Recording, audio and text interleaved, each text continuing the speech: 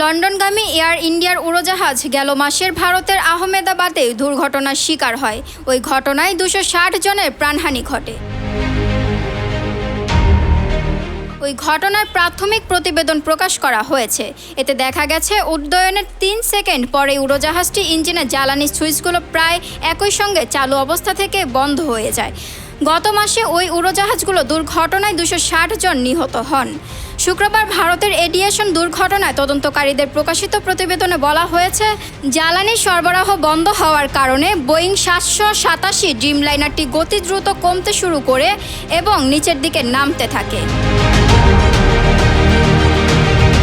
প্রতিবেদনে বলা হয়েছে, ককপিট ভয়েস রেকর্ডারের একজন পাইলটকে অপর পাইলটকে জিজ্ঞেস করতে শোনা যায় তিনি কেন জ্বালানি বন্ধ করেছিলেন।